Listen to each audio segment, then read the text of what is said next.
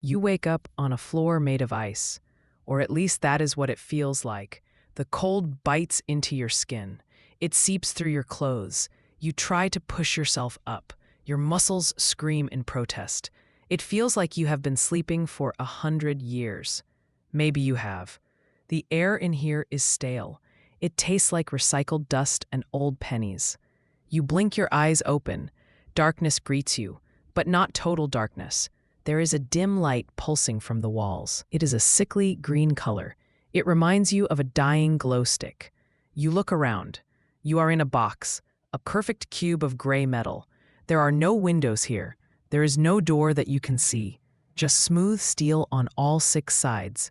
You stand up. Your legs wobble like jelly. You press a hand against the wall. It vibrates. A low hum travels through your fingertips. It feels like the rune is thinking. That is a creepy thought. You pull your hand back. A sound breaks the silence. It is a sharp click, then a hiss. The air pressure changes. Your ears pop. You rub the side of your head. "Hello?" you ask. Your voice sounds rusty. It echoes around the small space. No one answers. You are alone, but you do not feel alone. You feel watched. You look down at your chest. You are wearing a gray jumpsuit. It is thin and itchy. There is a number printed on the pocket. 472. That is your name now. 472. You check your pockets. Empty. Of course they are. They would not leave you with a weapon or a snack. You would kill for a sandwich right now, even a stale one. The humming in the walls gets louder. It changes pitch. It sounds like a choir of angry bees. You cover your ears. The floor beneath you shifts. It tilts slightly to the left. You stumble. You catch your balance just in time.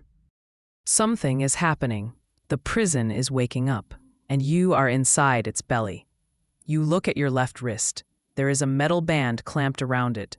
It looks heavy. It feels cold. There is a screen on the face of the band. Bright red numbers glow there. 50. No. 49. The number drops. 48. It is counting down. You tap the glass. Nothing happens. You try to pry the band off. It does not budge. It is fused to the suit, or maybe to your skin. You stop pulling. Panic starts to bubble up in your throat. You look at the walls again. The green light pulses in time with the countdown. Every time the number drops, the room gets a shade darker. This is not just a clock. It is a life meter. You realize the truth. You are not just in a cell. You are in a battery. The prison is eating your time. It is draining seconds from your life to power itself. That is just rude, you whisper. You need to move. You need to find a way out before the counter hits 0. But there is no door. You run your hands over the smooth metal. You search for a seam, a crack, anything. 40, 39. The seconds are slipping away like sand. You can feel them leaving you. You feel a little more tired with every pulse, a little more worn out. This place trades in moments. It steals your future to keep its lights on. That is a terrifying kind of economics. You find a groove near the corner. It is tiny, barely wide enough for a fingernail. You dig in. You pull. The panel snaps open. It was not a door. It was a maintenance hatch. Behind the panel is a mess of wires. They glow with blue light. You hesitate. Touching strange wires is usually a bad idea. But staying here is worse. You grab a handful of cables. You yank them hard. Sparks fly. They shower over your hands like angry fireflies. Lights in the cell flicker. The humming stops. A section of the wall slides open. It reveals a dark corridor. The air out there is colder, but it smells fresh. You take a deep breath. You step through the hole. You leave the cell behind, but the band on your wrist is still counting. 30. You better hurry. A voice booms through the hallway. It does not come from a speaker. It seems to come from the metal itself. The sound vibrates in your teeth. Resident 472. It says, "Please return to your unit." The voice is calm. It's polite. It sounds like a butler who is tired of your antics. It does not sound like a monster. That makes it scarier. Processing error detected. The voice continues. Compliance is mandatory. Rewards include additional minutes. You pause. Rewards? They are bribing you with your own life. That is low, even for a sentient prison. I am good, thanks, you mutter. You start to run, or boots clang against the metal floor. The sound is loud, too loud. You try to step softly, but these boots were made for stomping. Disobedience incurs a penalty, the warden says. You feel a sharp heat on your wrist. A number on your band jumps down. It skips 5 seconds. Just like that. Gone forever. Hey, you yell at the ceiling. That is cheating. Fairness is irrelevant, the warden replies. Order is absolute. You keep running. The corridor stretches out ahead. It looks the same in every direction. Gray walls, gray floor, gray ceiling. It is a maze designed to bore you to death. The warden speaks again.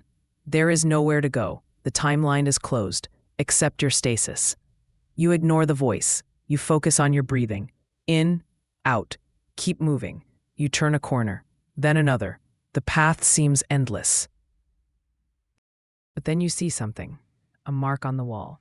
It's not part of the design. It's a scratch. Rough and jagged.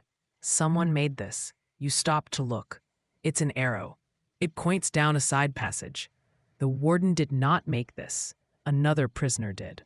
You are not the first one to wake up. You follow the arrow. The side passage is narrower.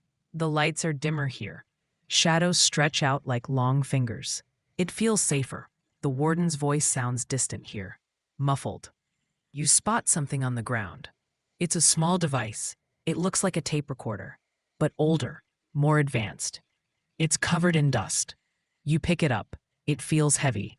There's a single button on the side. You press it. Static hisses from the speaker. Then a voice cuts through. It's a woman. She sounds out of breath. She sounds scared. If you find this, she says, run. Do not listen to the warden. He lies. The recording crackles. You press the device closer to your ear. The time is not gone, she whispers. He hoards it. In the core. You have to break the core. Her voice trembles. I am going there now. I might not make it. But maybe you will. Watch out for the sweepers. They do not see. They sense time. The recording ends with a click. You stare at the device. She left this for you. Or for anyone. She was fighting back. You look down the hall. The darkness seems a little less heavy now. You have a goal. Break the core. Get your time back. It sounds simple enough, except for the sweepers part. That sounds bad. You clip the device to your belt. It feels good to have a friend, even a recorded one. You check your wrist. 25. You have burned half your time. You need to pick up the pace. You move deeper into the shadows. The air gets colder. Frost forms on the walls. You can see your breath. It hangs in the air like white smoke. Suddenly the hallway ends. There is a dead end. A solid wall blocks your path. You curse under your breath. The arrow pointed this way. Did she lie? Then you see it, a crack in the wall.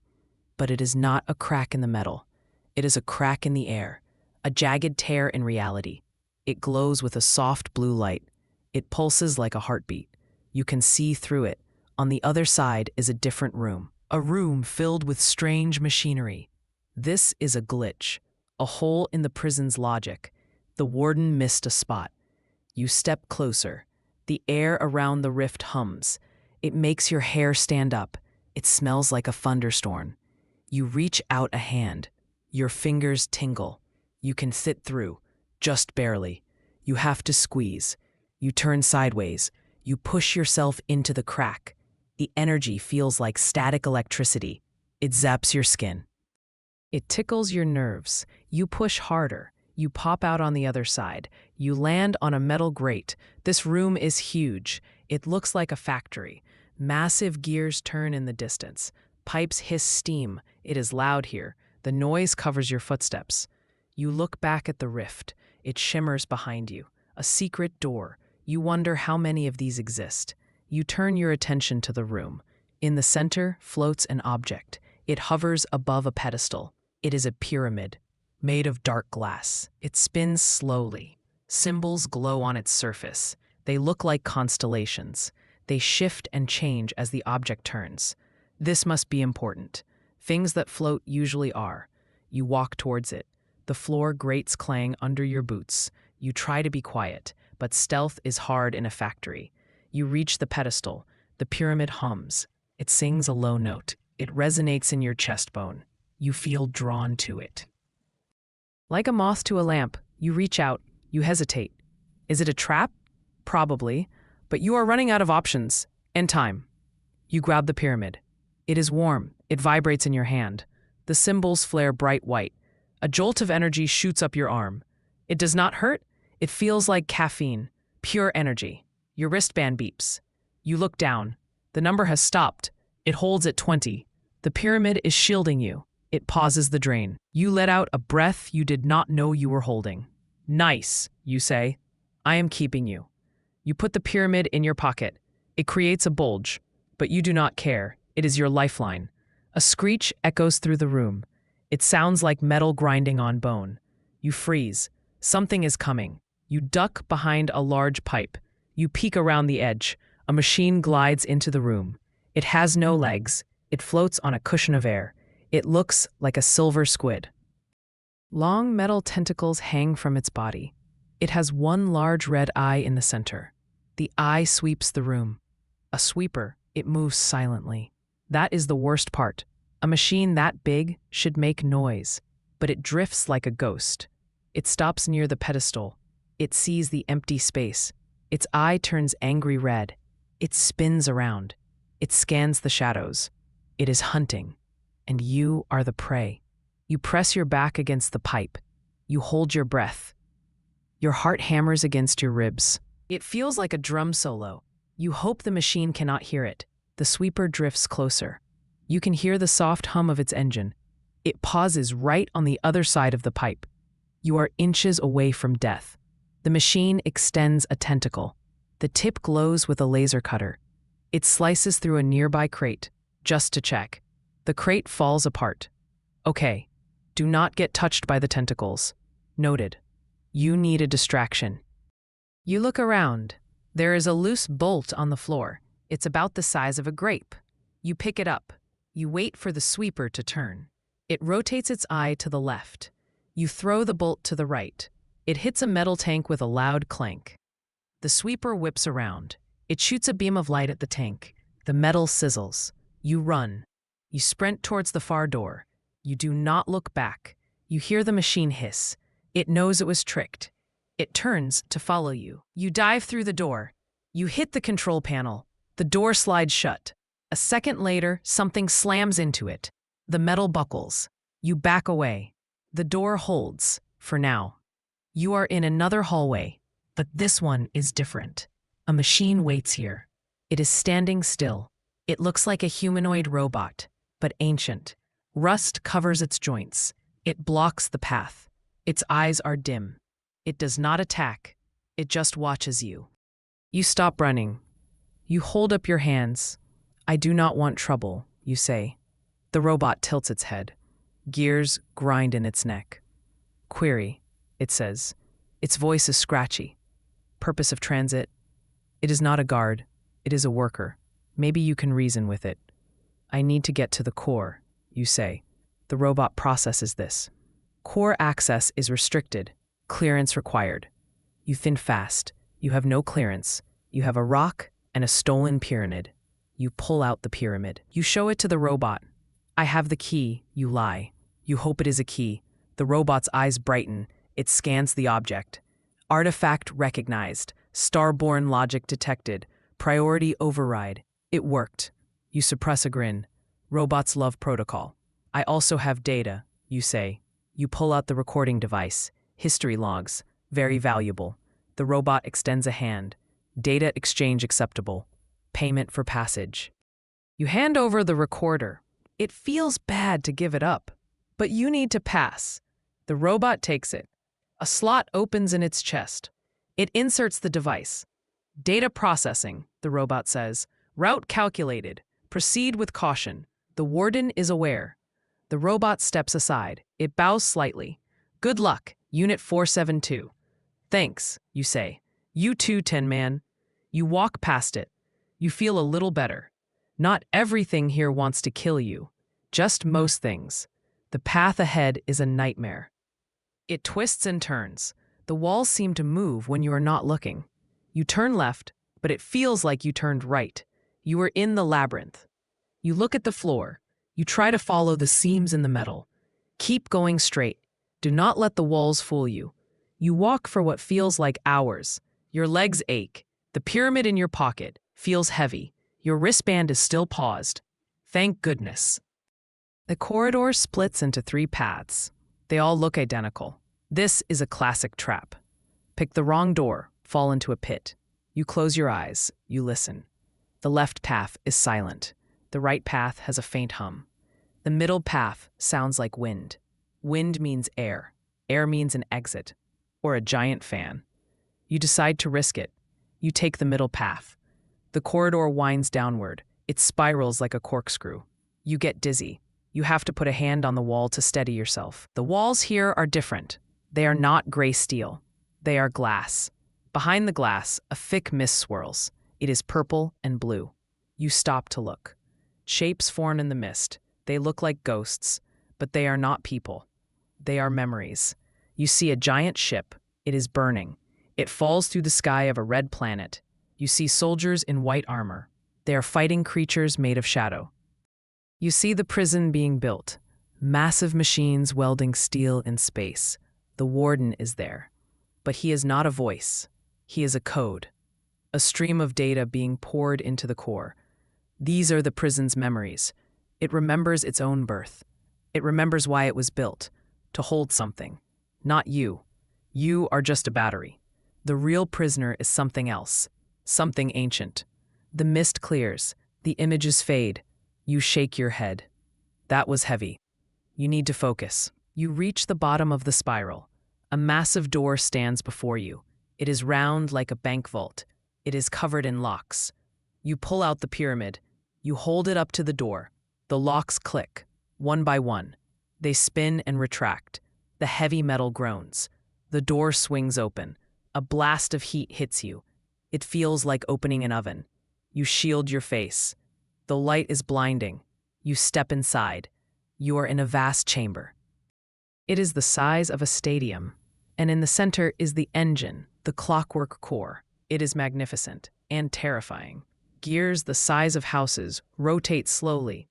They are made of brass and light. Pistons pump up and down. They drive a central shaft that goes up forever. The noise is deafening. It sounds like a million clocks ticking at once. The air smells of ozone and burning oil.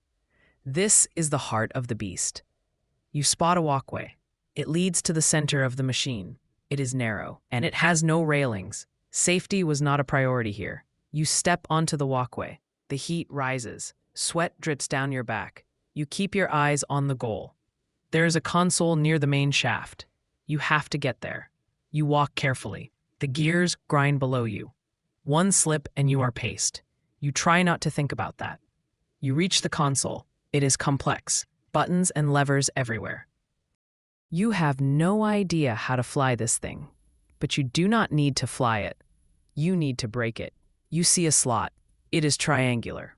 It looks exactly like the base of your pyramid. Here goes nothing, you say.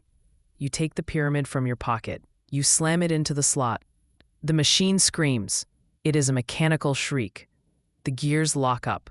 The pistons jam. Sparks shower down like rain. The whole room shakes. You grab the console to stay standing. The warden's voice booms. It is not calm anymore. It is distorted, angry, critical error, system failure. Remove the key. No chance. You yell back.